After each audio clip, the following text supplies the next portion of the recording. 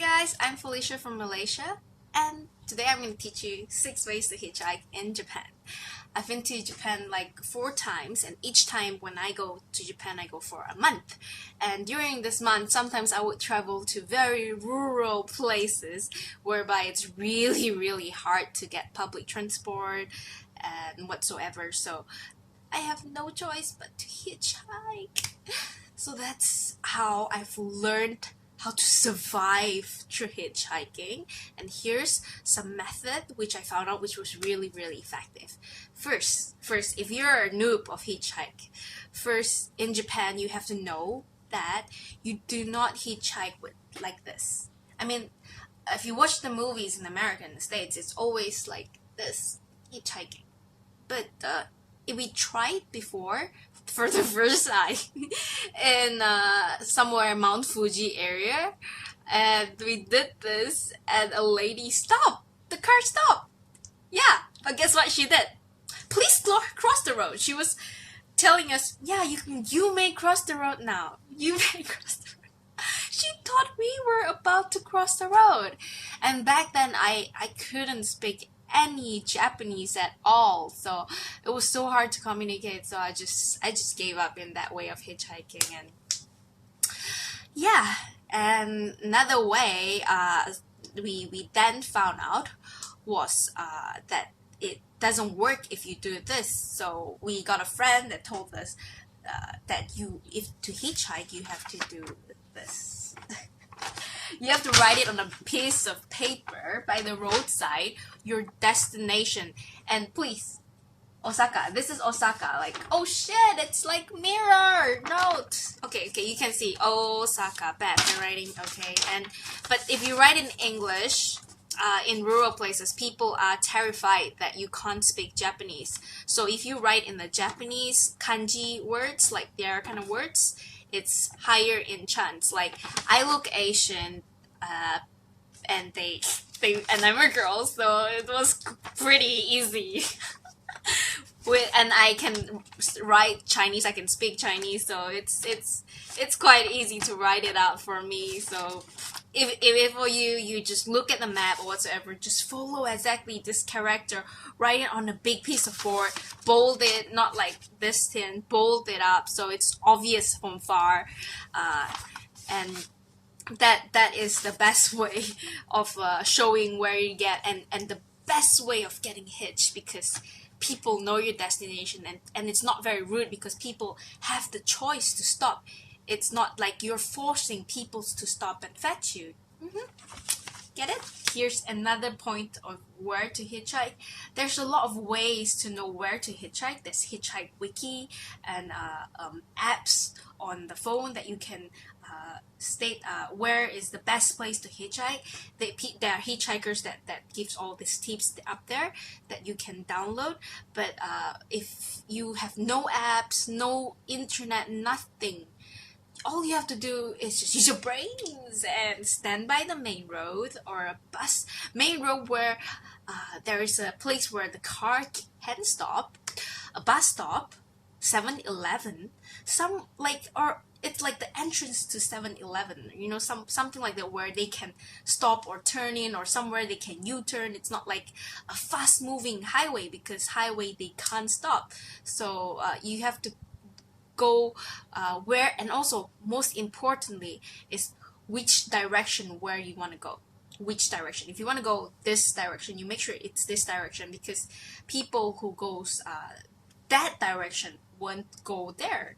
People who goes this direction, you have a higher chances of getting hitched. Make sense? So you gotta do some research first somehow, or ask the tourist information, ask the locals about, or look at the signboard, like, oh, this is going to Osaka, this is going there, this is going there. It'll help you going to your specific destination. Okay. Fourth tips is ask the locals. This is really like a desperate desperate thing, if you're really desperate, you can speak Japanese as well, and you really find that it's impossible, or you don't have any paper or pen to do anything of like this, just if you're at the tourist destination, like for instance the Mount Fuji parking spot, you can go to the parking spot, look at the people who are coming out, leaving their place, and just like hail at them and ask, or before they get into the car, you can just ask them indirectly. If you want to ask them, you can show them a map and just say, I'm going here, do you know where is it, like how to get here? And they'll be like, if they are nice and smart enough and they're going there, they'll be like, that's far, 遠いね, very far. They say, it's okay, I'll drive you. Then you're lucky.